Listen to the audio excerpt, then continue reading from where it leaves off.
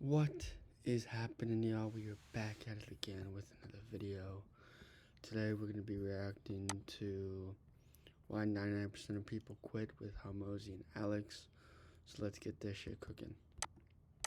Where I think, why do I even bother? I just remind myself, this is where most people stop, and this is why they don't win. And this is why most people stop, and this is why they don't win, because they give up too early on their dreams when in reality they're just trying to build their business, build their channel, build their identity based around things that are calling them out as doing more, as wanting to become more, as thinking of more.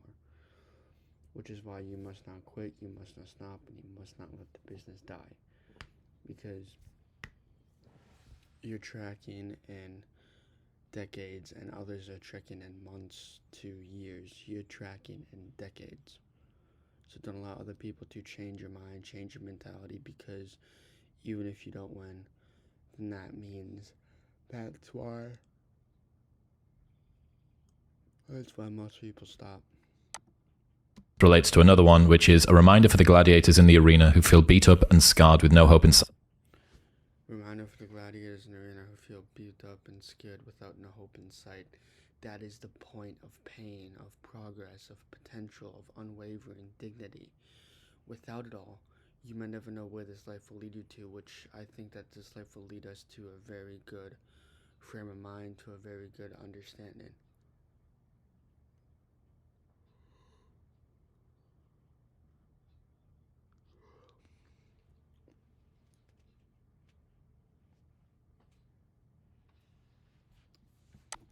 Building a business is hard. Hard feels shitty. Building a business is hard, and hard feels shitty. If we don't feel hard and shitty at the same time, then what are we trying to get out of this business idea? This is what hard feels like, and this is why most people can't do it, but you can. This is what hard feels like, and this is why most people stop and cannot do it. Because they're afraid of the potential, they're afraid of the realization, they're afraid of everything. Which means don't allow other people to change your mind. Don't allow yourself to affect in the way you cannot think. And number 3, don't allow other people to change your mental frequency. This is what hard feels like. Is so fucking nice to lean on. It is. This is what hard feels like, which means nobody will stop, nobody will waver until they get their dreams, goals, and realities into whatever they see fit in. So nice to lean on. Take me through that low point stuff. There's actually a story. I'm getting a little goosebumps telling it. So I was way back in my day, like you, a party promoter, but I was in a fraternity. So I was president of the fraternity. This was, yeah. And this was my first semester being president. And so you have a pledge class, you get 2 pledge classes as a president. You get a fall and a spring, and then that's your tenure, and then another president comes in. And what we knew, and this will be really interesting for the audience from a human behavior perspective, is that like clockwork, every time we'd start a new pledge class, within 14 days, 10 to 14, it was like clockwork. They would all get together and they'd revolt. And they'd say, we don't want to do it anymore. This isn't what we signed up for. This is way fucking harder than we thought it was going to be. Like, we thought we were just going to party with you guys. Like, that's what we expected. Which also shows you how long it takes people to adapt or acclimate to a significantly more difficult. Which is why it is difficult to significantly have a more difficult situation, because you are trying to put yourself out there. You're trying to state the things that you want to state. You're trying to not have the difficult situation because you are more significantly trying to put pressure on the gas pedal and to not let go. Situation, right? I'll tell you what happens after, and then I'll tell you what happened in between. After we have this kind of talk that we had, and I'll tell you how I explained it when I was president, all of a sudden, it all vanishes because their expectations of reality have been completely reset. We break reality. Like in the first 10 to 14 days, it's so painful for them because it's such a contrast from what they were just doing. Not the fun stuff. What's not fun? Oh my God. I mean, they can't drink, can't talk to girls. The only people they could talk to are brothers or each other, and we're mean to them. So they could really only talk to each other. And the whole point here is that we're trying to get them close together because it's a bunch of dudes who don't know each other from different parts of the campus, right? And then we have to get them in 8 to 12 weeks to leave as one unit of people who know everything about one another, that trust one another, that know everything about the other people in the house. So it's like, how do you do that? Well, there's only X amount of communication you can have every day. So let's cut. There's only X communication that you can have per day.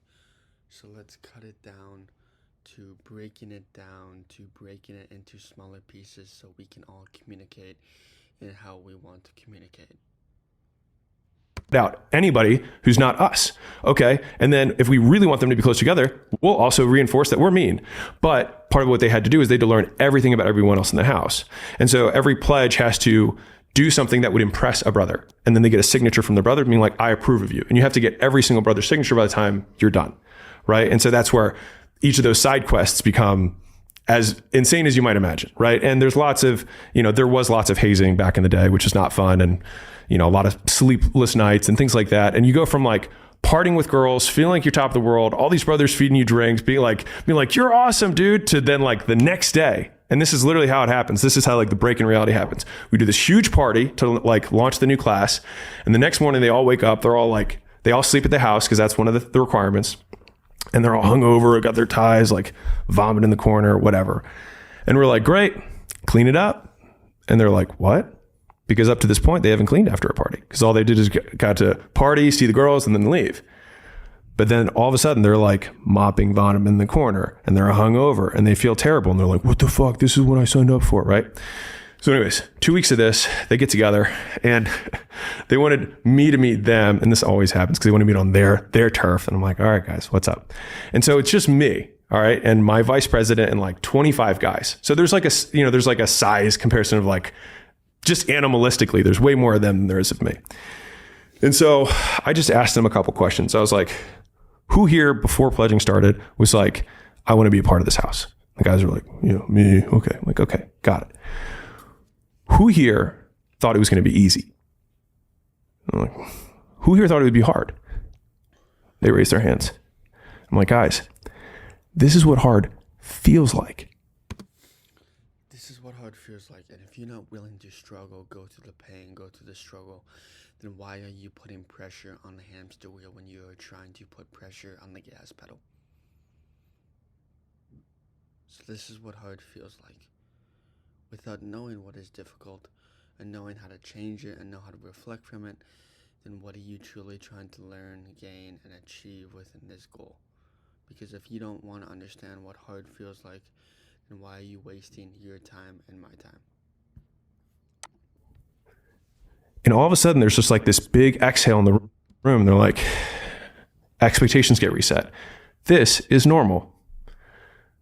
You wanted this thing. You expected it to be hard. Reality now matches conditions. Sorry, expectations now match conditions. This is what hard feels like. And then all of a sudden, it's like they got permission to feel shitty. And by getting permission to feel shitty, they stop feeling as shitty because they're like, this is just my new world. And so then, you're like, listen, you give 8 weeks, you're going to get 3.5 years. Other people are going to drive you around late at night. Other people are going to clean after you. Like, it's a good investment, right? And that it was a good deal. Like, you give one semester and you get the rest of them to just do whatever you want. But that concept, like that quote on both of those came from that experience of having someone tell me, this is what hard feels like. It's like a do not disturb setting for your mind, and it gets you focused in just 5 minutes. Using science. This is where most people stop, and this is why they don't win.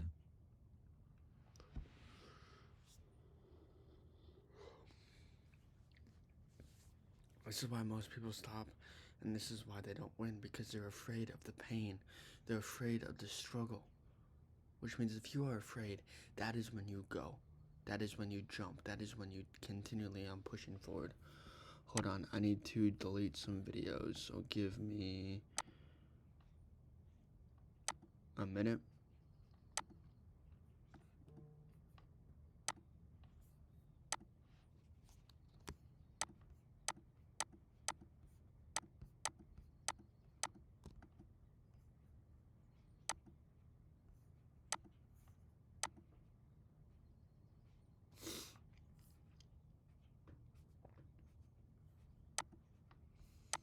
is Yeah. also another beautiful bit of motivation. And given that I spent a little bit of time with Goggins and Cam Haynes, two guys, I was telling you about this before, you said it must be nice as we walked in.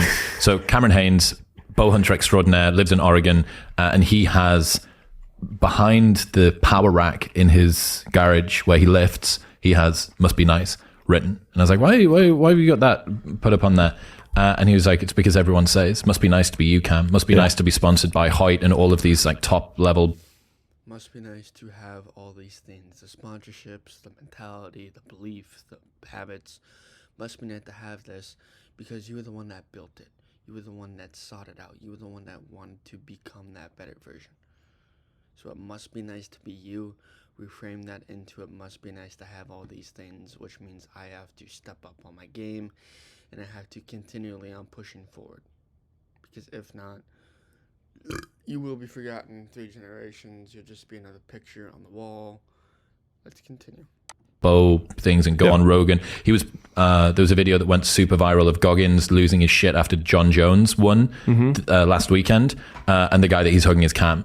So it's like, it must be nice for you to be backstage at UFC. It must be nice for this. And I've seen what that guy does, and that guy picks up a rock that weighs about 80 pounds, and it's got the word poser written on the front of it because people call him a poser, and he carries it up a hill that is maybe like 1,000 foot of elevation, 1.5 miles high, with no fanfare at the end, no finish line, doesn't post it on social media unless the team's there filming it with someone else, and then carries it back down, puts it in the boot of his Raptor, drives away. And he just does that because he needs to remind himself that he's doing the stuff that is hard. And he's doing the stuff that is hard, and he's doing it for his own self-benefit. To put yourself forward, to build that discipline, to build that realization that you are the only person that is in this rat race with you. Nobody else is going to be there for you. Nobody else is there going to give you advice. You have to do everything for yourself.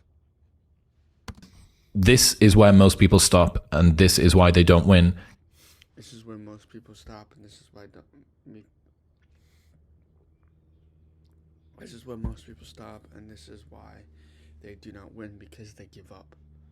They give up the pain that they're wanting to suffer for, that they are trying to believe about, that they're trying to come forward about, which means do not stop, continually on pushing forward, and allow others to not realize what you are truly going through.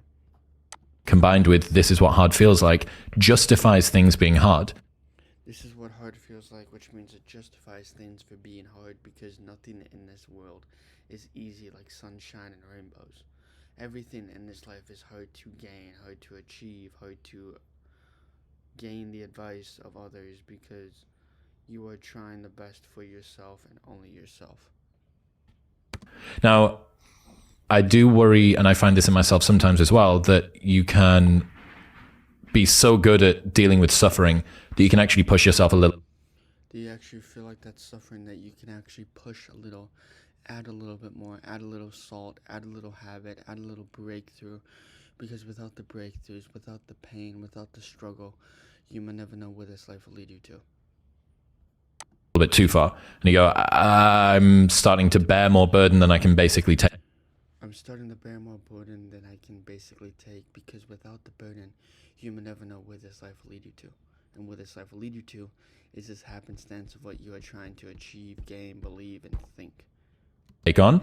And the art of not burning out is something that I think a lot of people, if this resonates with you, the art of not burning out is something that you really, really need to be able to feel. And like realizing what happens when you just start to glance off the bottom side of it and go, okay, like I'm just going to ease off the gas a little. I need to take this afternoon to go sauna and get some sunshine and chill out and get some food, and then I can put my foot back on maybe a little bit tomorrow and we'll temper it. But it justifies the fact that, I use this stat all the time, 90% of podcasts don't make it past episode 3. 90% of podcasts don't make it past episode 3 because they give up. They don't try. They don't achieve. They don't see the goal, because only you see the goal. Don't allow other people to help you. Don't allow for their criticism. Don't allow for anything, because without their opinion, you are nothing without your podcast. You are nothing without your content. You are nothing without what you are truly trying to say, achieve, act, and believe. And of the 90%, the 10% that do, 90% don't make it past episode 20. So by making 21 podcasts, you're in the top percentile of all podcasters ever. You're in the top percentile of all podcasts because people give up. And when they give up, they don't achieve the goals that they're wanting to achieve. They give up because they are trying to gain one thing and one thing only. I'll be right back.